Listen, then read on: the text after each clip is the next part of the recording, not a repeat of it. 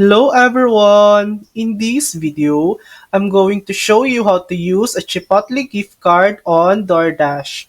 First, open the DoorDash app, tap the Me icon in the bottom right corner. Tap Settings, tap on Payment Method,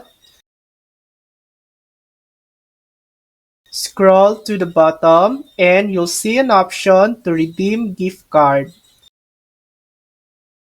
Important, this section only accepts DoorDash gift cards, not restaurant gift cards like Chipotle. So what you can do, to use your Chipotle gift card, you'll need to trade it for a DoorDash gift card. These are websites that let you do this securely. Just search for gift card exchange online. Just search for gift card exchange online. Once you have a DoorDash gift card, return to the app and redeem it in the payment section. And that's it. That's how to use a Chipotle gift card on DoorDash. Thanks for watching. If this video helped you, please like and subscribe for more helpful tutorials.